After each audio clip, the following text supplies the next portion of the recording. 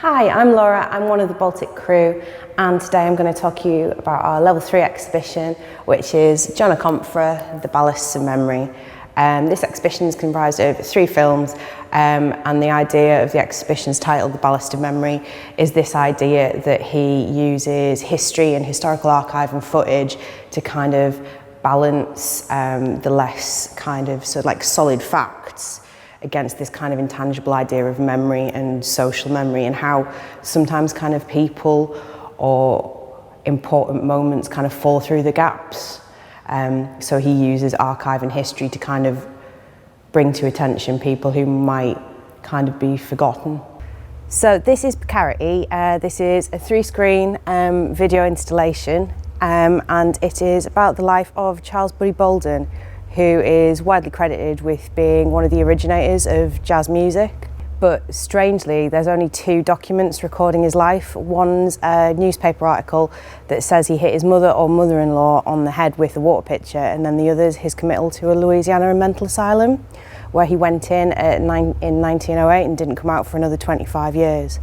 So the reason John has used this guy in his film is because he's all about hidden histories, and maybe this idea between myth and reality. So we do know that there was a man, but other than that, all we have are verbal sources kind of telling us anecdotes about him that we don't know whether they're true, we don't actually know what happened.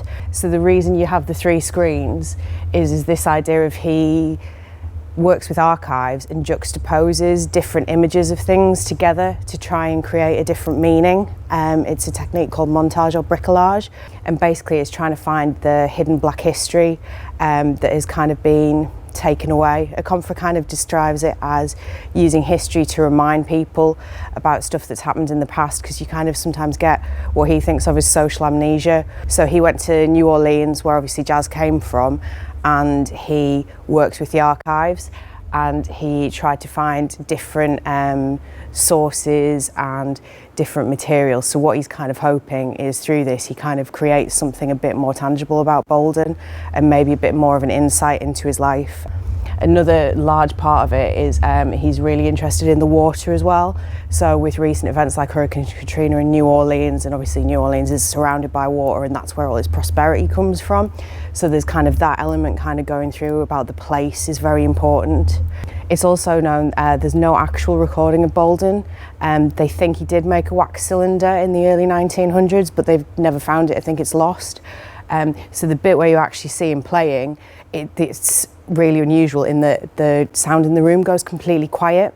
So it's kind of this idea of this man who's really well known for playing something in music, but in actual fact there is no music when he plays because they have no idea what he sounded like.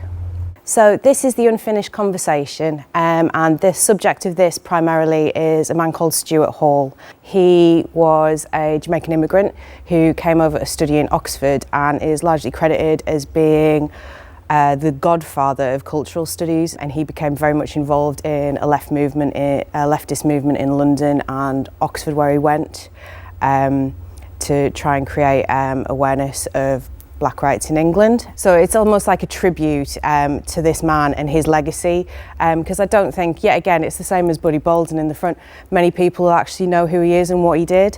So basically, again, we've got the 3 screens. This time it does use Stuart Hall's life and his interviews in his media presence through his life, and it gives you the dates, but it also focuses in his background coming from Jamaica, moving to England, and the challenges that presented. And this work is called The Unfinished Conversation, and Stuart Hall, one of his famous quotes is that the process of developing identity is an unfinished conversation. It also relies more heavily on archive footage than, say, the Bolden piece, which was filmed largely in New Orleans. And basically it puts it into context. So you've got archive footage of the Handsworth riots, which were in Birmingham, and that was all about race and prejudice in the UK. And then you got kind of moving through to images of the Vietnam War and all these kind of massive cultural upheavals that were happening in the 60s and 70s, and kind of moving to this moment in the 80s where Akomfrah and 6 other artists kind of started the Black Audio Film Collective, and you had the British Black Arts movement as well. So basically Stuart Hall is kind of the beginning point for what Akomfrah is still doing now.